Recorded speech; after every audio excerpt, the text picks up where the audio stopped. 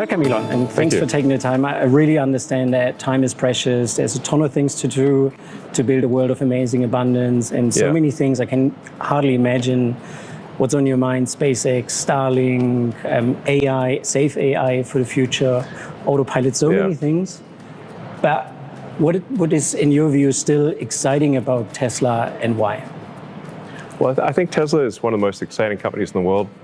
You know, it's perhaps the most exciting, but you know, Tesla and SpaceX, let me say, are the two most exciting companies. So we're obviously expanding production. We're making more cars. We're gonna roll out Tesla Full Self-Driving, which is really an AI-driven car. So it's Tesla AI software that drives the car just by looking, like a human does. So Tesla has the most advanced real-world AI, and hopefully it will be approved soon in Europe. We're told by the authorities that March 20th it'll be approved in the Netherlands, was what I was told. Hopefully that date remains the same. But I think people in Europe are going to be pretty blown away by how good the Tesla car AI is in being able to drive. And I think this year really it will be the case that you, from a technical standpoint, you'll be able to fall asleep in the Tesla and wake up at your destination. So that's very exciting. We've got the Optimus program, which is going to be the first humanoid robot. And I think, you know, sometimes people say, well, what would that be used for? Like, well, who wouldn't want their own personal C-3PO R2-D2? But even better, you know, and you can think of like all the reasons, like, you know, do you want someone, do you need a robot to, you know, take care of your kids or walk the dog or, you know, take care of elderly parents or something like that? Then Optimus can do those things. So that's very exciting. Yeah, you know, we're going to be starting production of the Tesla Cybercab here at Giga Texas. We have started production, I should say, but we'll go to scale production in April, or start volume production in April and have significant production towards the end of the year. You know, if things go well, we would probably manufacture Cybercab in Europe as well, and also manufacture Optimus in Europe. So we've got the Tesla Semi coming out, so the Tesla heavy truck, and that'll be going to Europe hopefully next year. There's so many things happening. It's a long list. It's a long list to make it an exciting company. Yeah. And battery cell production. Yep. We're going to start making battery cells at Giga Berlin. We have the Tesla lithium refinery that started up in Texas, and the Tesla nickel cathode refinery that's started up in here in Austin. It's really, this year is a tremendous number of things. We've got five factories starting volume production this year, 5 major production lines. We look forward to extending that to Europe as well. And I guess looking a little bit back, Tesla hasn't done anything less but really transforming a whole industry. I think without us taking that brave step, or Tesla taking that brave step to electrify mobility, the industry wouldn't be where it is today. What would you want people to say about Tesla, let's just say in 10 or 20 years from now? In 20 years, I'd say Tesla's got factories on the moon. Actually. Basically, I see a very prosperous future for Tesla. It's difficult to predict anything in 20 years, but if you say, like, I think 5 years to 10 years, I could say Tesla has an extremely bright future. And I would say, like, hold on to your Tesla stock. You know, it's going to be worth a lot. I think, you know, that's my bet. Very cool. Coming back to the present, if you look, I mean, you're always very well informed. If you look to the European industry, especially to the automotive sector, or even the German industry and automotive sector, what do you think about it? What do you believe are the main reasons for their current state?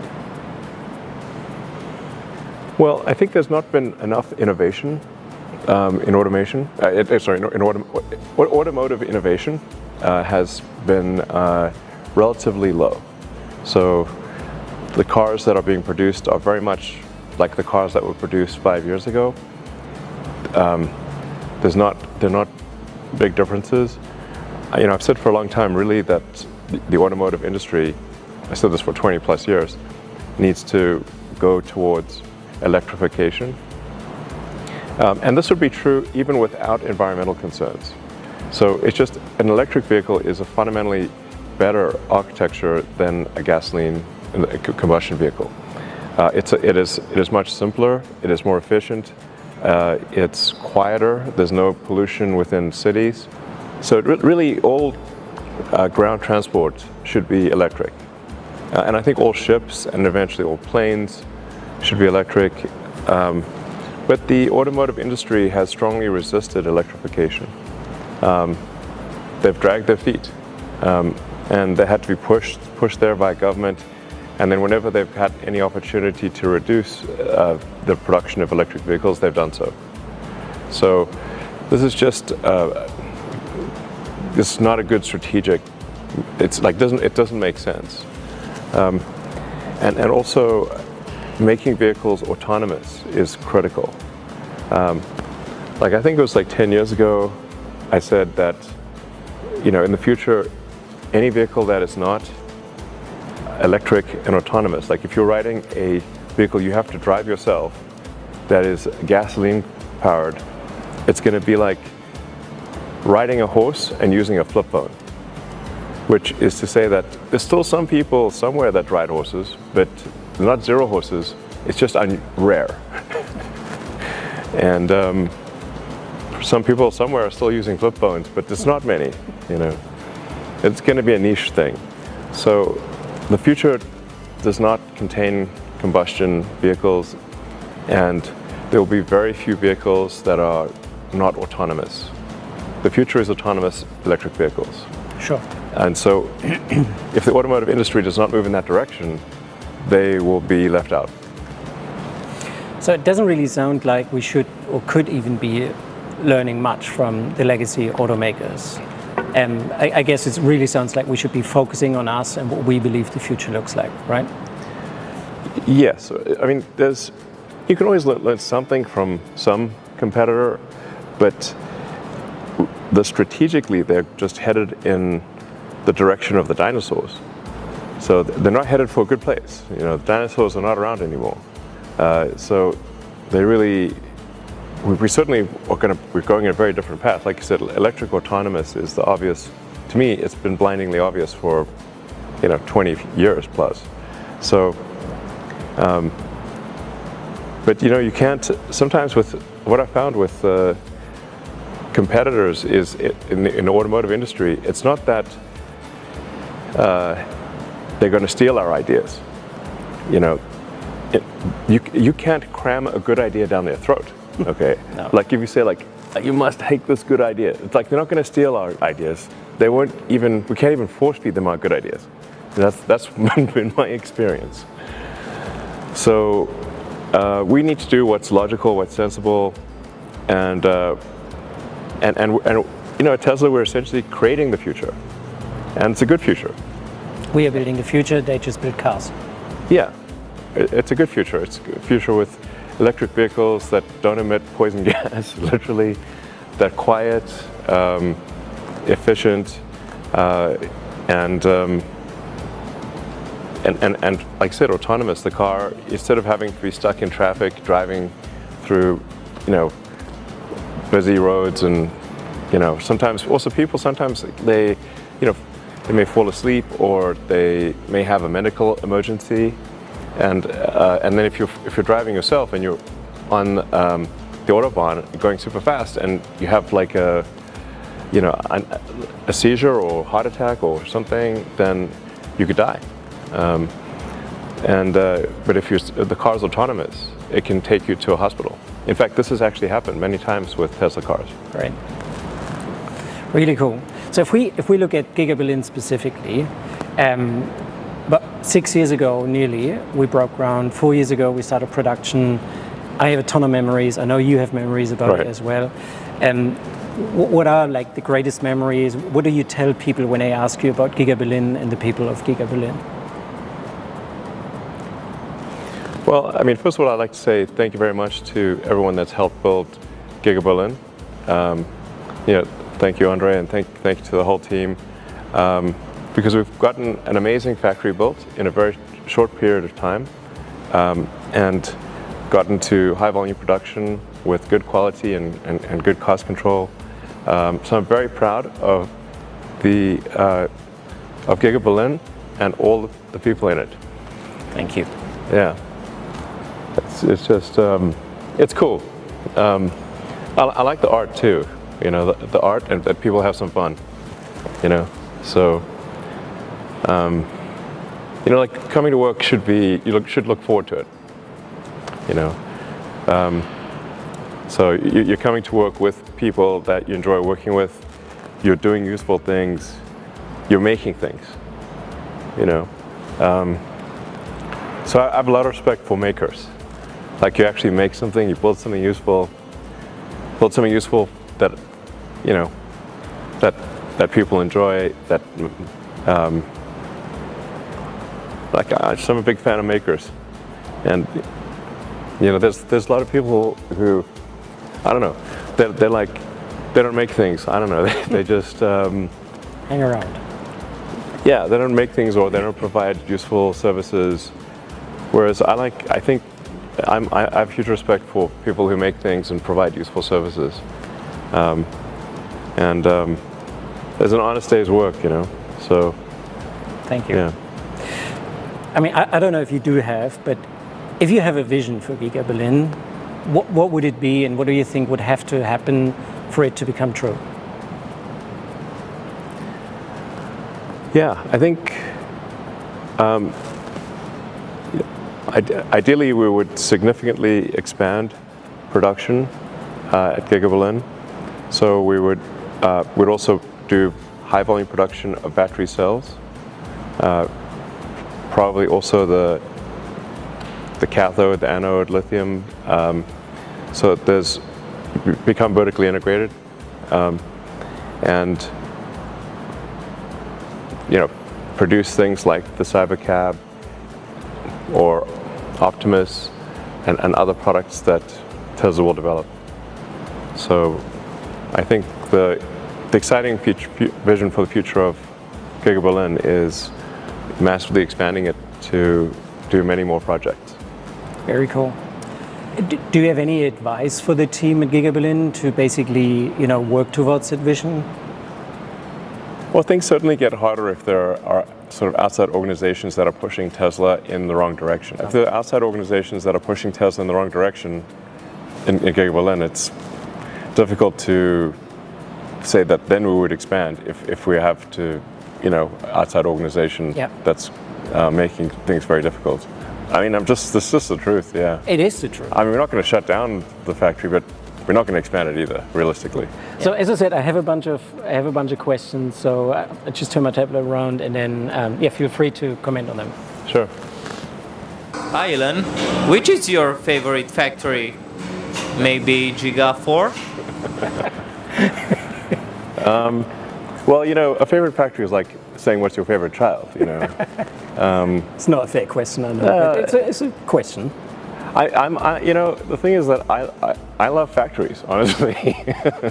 it's I think a lot of people these days, don't love factories, or they haven't even been to a factory, But whereas I've walked the line in every factory, and I'm a big fan of factories. I love factories. This is a great place to be. Yeah, it's like you make things that have good utility. People love the product. Making a product, building a product people love, that's great. Makes you proud. Totally. Yeah. So, Giga Berlin is an awesome factory. Yeah. So the vibe in there is cool. Like you walk around, you know, it's very clean. It's like it's quite beautiful inside and outside, and it's like people seem quite happy, and we're making cars and soon battery cells. You know, a lot of things hopefully to be many proud more of. things. Yeah. Many things to be proud of. Yeah. That's a great factory. It is. Yeah. All right. I think it's one of the coolest factories in the world, really, honestly. Hey Elon, which is the next product we will be building here in Giga Berlin? Well, I think there's a lot of exciting possibilities for what the next product is that will be built in Giga Berlin. We've started now spooling up production of the battery cell, and we're going to be expanding production of the Model Y, especially as we get approval for supervised full self-driving. Then from the next major product standpoint, I think most likely is the Tesla Cybercab.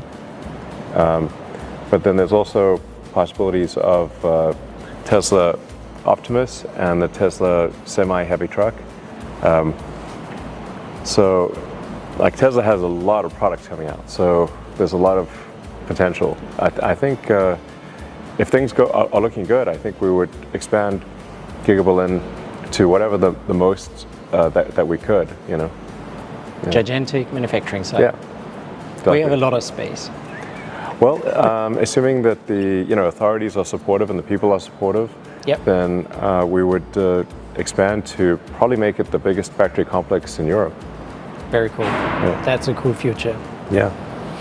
All right, then we have Akhil. He's got a interesting question. Hi Elon. So when do you realistically think we can have Optimus in the Gigafactories, so you don't have to worry about ergonomics and stuff? Well, we have to be a little careful about that one. I don't want people to worry about their job, you know. No. So, I mean, the honest answer for AI and robotics is long-term, working will be optional. Like long-term, you know, which is 10 years from now or less, work will be optional. Like if you want to work, you can. Like, kind of like if you grow vegetables, you can grow vegetables in your garden, or you can get them from the store. It's optional to grow vegetables in your garden. Yeah. But some people still like to do it. You know, it's extra work to grow your own vegetables, but it's, you know, people enjoy the process.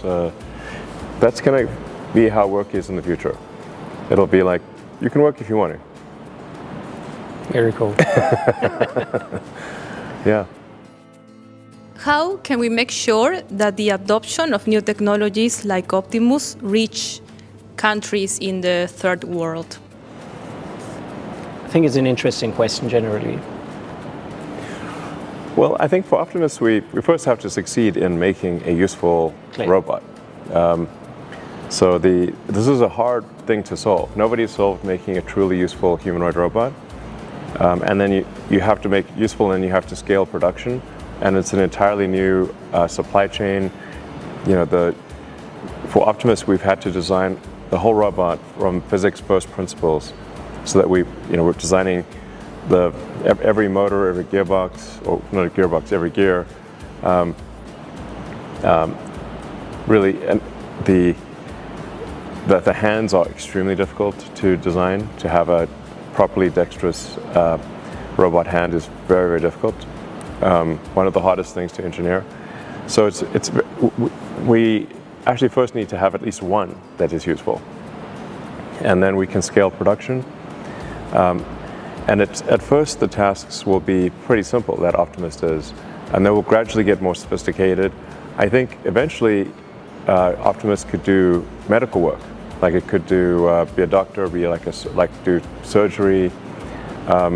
And there's long-term potential for everyone in the world to have access to incredible medical care, like better medical care than anyone receives today from humans. So I think long-term, like Optimus as a surgeon, would be incredibly good, super competent, and and everyone in the world would get better medical care than anyone currently in the world gets. Yeah. Hey Elon, what advice would you give young people for life? What advice would I give young people for life? Well, I would say one thing is to be to err on the side of optimism, to be optimistic about the future. I think it's better to err on the side of being optimistic and wrong than pessimistic and right. Your quality of life will be much better. So I would urge people to be excited about the future. I'm excited about the future. I'm confident the future will not be boring. Let me put it that way. It's going to be very interesting, and I think it's like most likely to be great. In terms of like general advice, I mean, I guess I advise people to like learn as much as possible, read a lot of books, try a lot of things,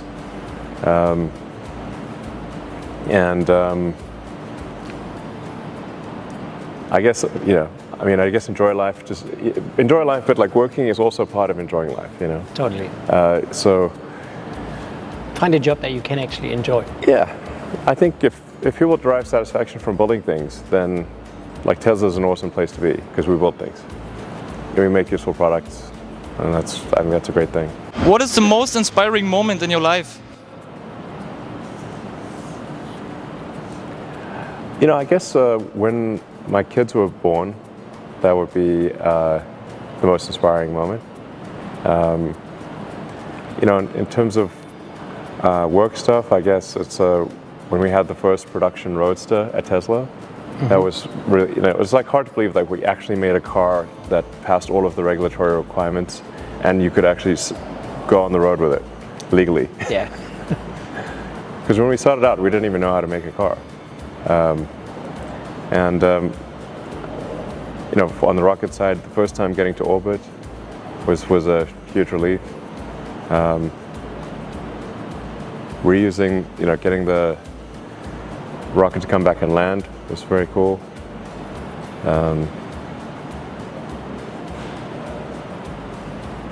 The self-driving stuff, I think, is pretty amazing. That is amazing. Yeah. The first time somebody experiences self-driving, where they're just sitting there and the car takes them all the way from their home to their work and parks. Yeah. It's mind-blowing. It is. I'm using it when I'm in the US all the time. Yeah. It is a lot better than people can actually imagine, I think. It's like magic. It is. Yeah. Well, cool. Then thank you so much for your time. You're really welcome. good having you here. And yeah, hopefully we see you soon in Berlin again and show you around what we have done since you visited us last time. Yeah, and once again to the people of Giga Berlin, Dankeschön für Ihre harte Arbeit. Dankeschön. Thank you, Elon. Thanks for your All time. Cool. That was fun.